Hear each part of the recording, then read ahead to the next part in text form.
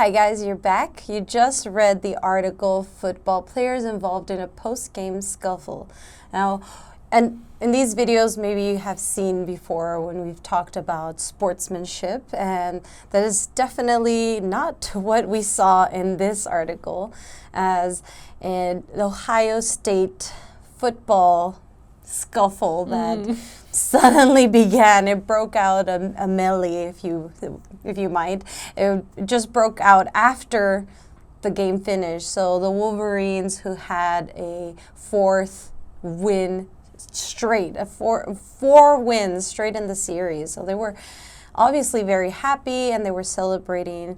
And while the Ohio Buckeyes were singing their alma mater in front of the student section, that's when one of the players from the winning team decided to take their flag and plant it right in the O in the middle of the field. And that's when everybody converged together into the middle and they started throwing punches.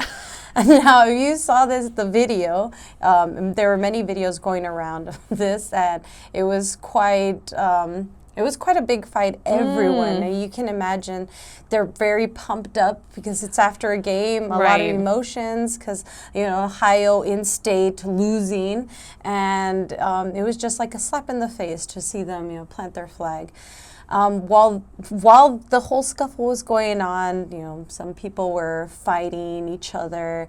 They even took the flag, ripped it off. The crowd was cheering, of course, and it seemed like everybody was trying to get involved. And the police officers had to, break up this fight. And it was like a big sea of, you would see like the Ohio State and the Wolverines, the Buckeyes and the Wolverines, and in the middle, like this little line of black, little specks of black officers in their suits. And well, they had to use their pepper spray to break up the fight.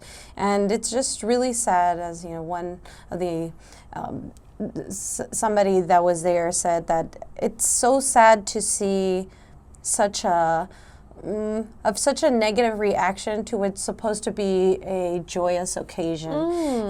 We should be celebrating, and instead of being sore losers, maybe say, we applaud, your win, you're doing very well, and hopefully next time we'll be the ones planting a flag on your field. Yeah, right.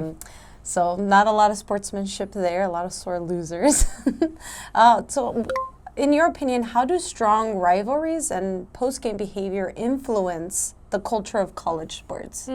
So actually, we don't really have college sports in the UK, but our equivalent would be when there's a local derby. So for many cities in the UK, there are multiple soccer teams, and some of them will end up in the same league as each other. So at some point during the season, there will be a rivalry match between the two opposing teams from the same city. So like Man United, Man City, Birmingham City, Aston Villa. And then when they come together, usually there's a bit of a fuss, depending on whose stadium they are playing at and the reaction of the fans and whatever the score is. Sometimes it can turn a little bit violent. So in the UK, our soccer fans have a really bad reputation, especially when there's an international game and British fans travel overseas, maybe for the World Cup. They've embarrassed themselves on multiple occasions. So looking at the footage from the fight in the US, I'm like, I've seen this before, but usually in the UK it's older people. But I know from my own experience, I also went to a university where there was another university in my city, and in the league tables my university was higher.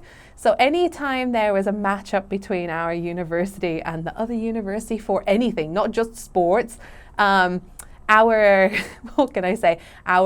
school pride was very evident. And so I can imagine that if you mix that with the emotions of a sporting game, emotions will run high. So I understand the reason why the scuffle broke out, but I do not condone it. Right. How about you? Well, I think that it's just like fanatics, and basically, like how you said, the emotions are already there.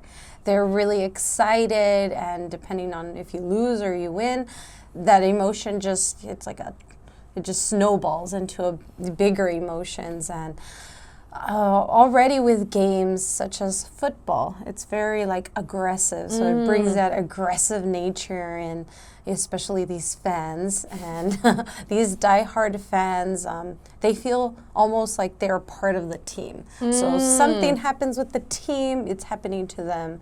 And I know I have some cousins who are like diehard Dallas Cowboys fans, and you can't even say anything negative about the Dallas Cowboys. They'll take it personally. Yeah, they'll stop talking to you for a week, and they're very passionate about their love for these sports teams that they're not a part of.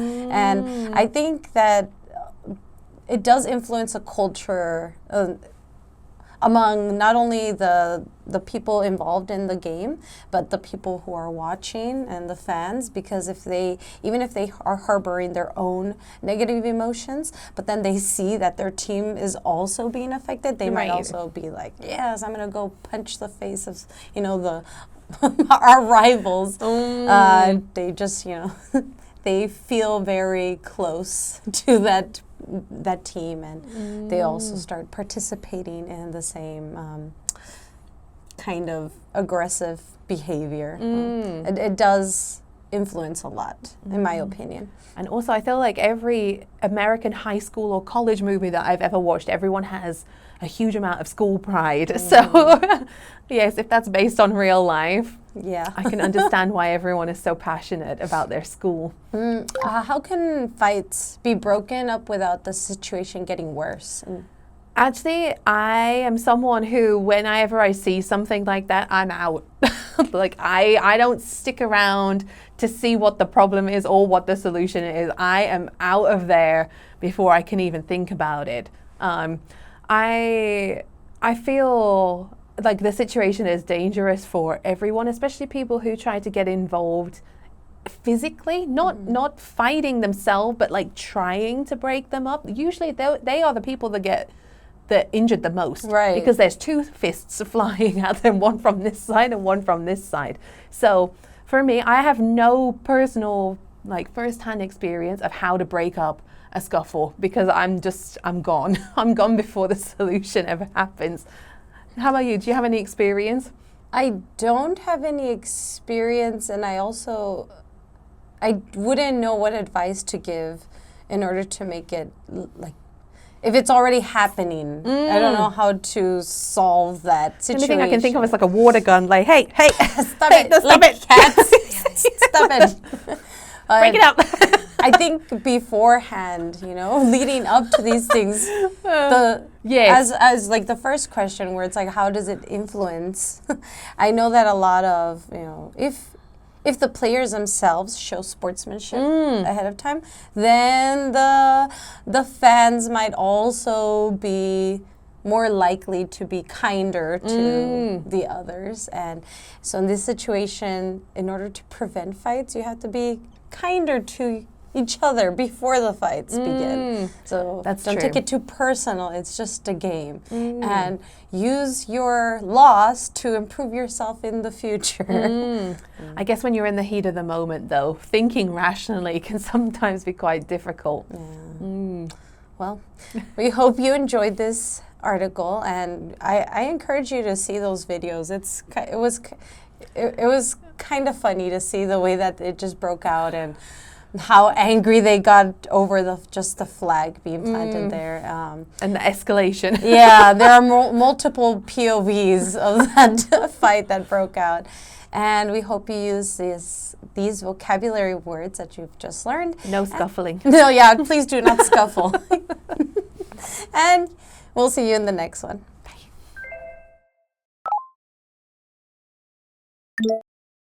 Melee. Melee. Breakout. Breakout. Converge. Converge. Scuffle. Scuffle. Deploy. Deploy.